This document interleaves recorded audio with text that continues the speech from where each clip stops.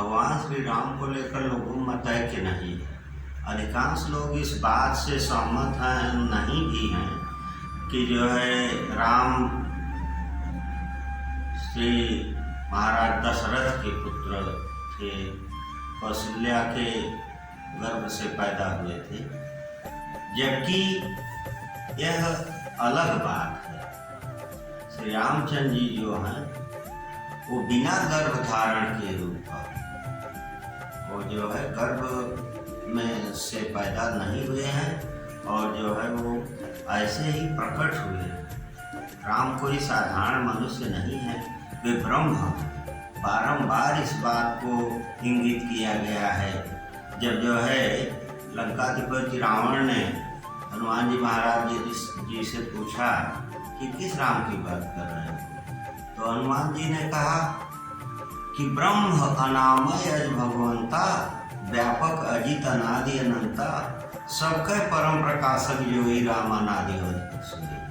तो इन शब्दों को लेकर के, इन बातों को लेकर के जो निष्कर्ष निकलता है वो उससे सीधा जाहिर है कि राम मनुष्य नहीं ब्रह्म है। और अन्यत्र भी इसी को बारंबार कहा गया है, इंगित किया गया है कि जैसे स्तुति के क्रम में कि राम रमापत श्री रमन और अवधेश बिहारी पाई। तो ये यहाँ पर भी राम को रमापति कहा गया है, जबकि वो लंका के युद्ध में रावण को मार चुके हैं। तो इस क्रम में जब जो है उनकी स्तुति की जाती है तो उन्हें राम रमापत श्री रमनम कहा गया है। और भी राम अनादि अवधपत सोई कहा गया है, उन्हें अनादि कहा गया है।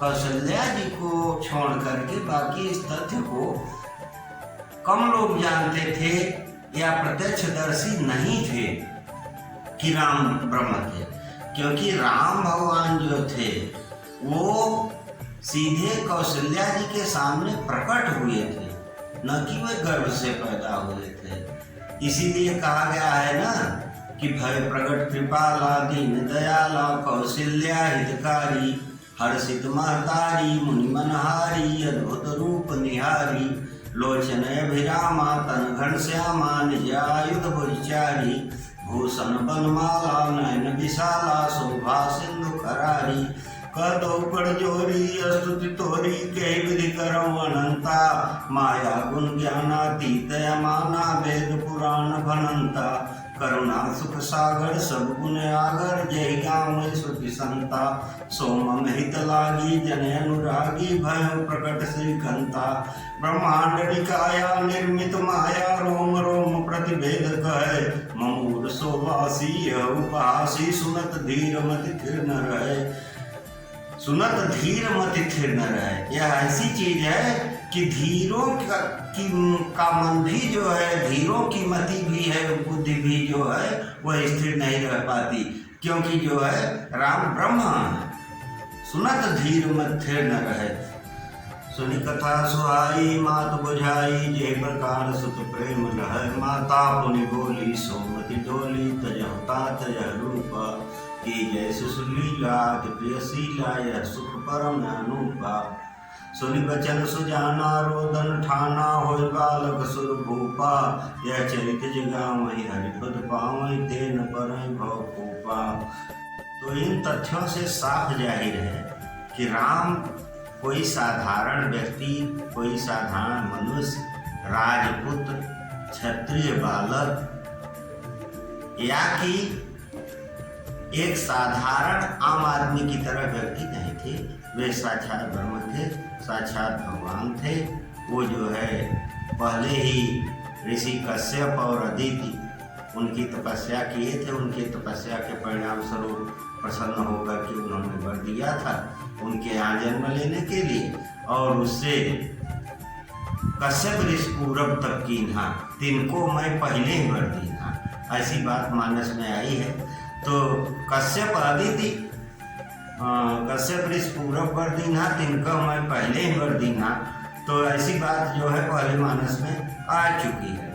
तो वही जो है कश्यप और अदिति दशरथ और कौशल्या के रूप में जन्म लिए, और इस पर जो है अपने बातों को पूरा करने के लिए, अपने वचन को निभाने के लिए भगवान जो है अनशन सहित अवतरी हम चारों भाई की जो उनकी प्रतिज्ञा थी वो जो है चारों भाइयों के रूप में प्रकट हुए। तो श्री रामचंद्र जी जो हैं वो रमन्ते योगिने अस्मिन तत्, इससे साफ जाहिर है जो इस राम शब्द की व्युत्पत्ति है कि रमन्ते योगिने अस्मिन तत्, जिसमें योगी रमण करते हैं। तो योगी किसमें रमण करते हैं? आत्म तत्व में रमण करते हैं। आत्म तत्व क्या है? वही ब्रह्म है। तो इस तरह से राम जो है वो ब्रह्म है, रमे हुए हैं। यहाँ राम राम हो जन जन में मैथिली ने भी कहा है। तो जो है राम जो है वो साधारण नहीं, वो आत्म तत्व ही है। और जो चारों भाइयों की बात है वो सभी अलग अलग अंशों के रूप में भगवान के विभूति ही थे। जैसे लक्ष्मण जी हैं वो शेषावतार हैं, और भरत जी जो हैं वो साक्षात विष्णु के अवतार हैं। विश्व भरण पोषण कर जो हिता का नाम भरत असोई। तो विश्व का भरण पोषण कौन करता है? भरण पोषण का कार्य विश्वम्भर अर्थात भगवान विष्णु का ही तो है। इसलिए भगवान जो विष्णु है वही भरत के रूप में अवतरित हुए हैं। राम ब्रह्म है, लक्ष्मण जी शेषावतार हैं, शेषनाग के अवतार हैं, और भरत जी जो है वो विष्णु के अवतार हैं, और शत्रुघ्न जो है वो अरिहंत हैं। वो जो है शत्रु का संहार करने के लिए अवतरित हुए हैं। और जो है सीता जी जो है वो आदिशक्ति जगत जननी है।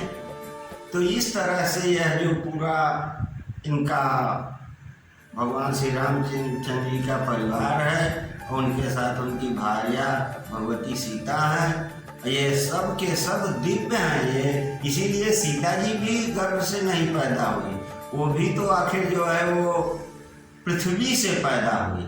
अब सीता को लेकर के बहुत सी भ्रांतियां हैं। सीत माने सफ़ेद होता है, सफ़ेद सफ़ेद चीनी को भी सीता कहा जाता है संस्कृत में। तो चीनी का वर्ण था, कुछ लोगों के अनुसार उनका रंग जो था वो बर्फ की तरह था। गोस्वामी जी ने भी इंगित किया है कि कर विचार देखे मन माही, सिय बदन सब हिम करना ही। तो जो है बर्फ से उनकी तुलना की गई है।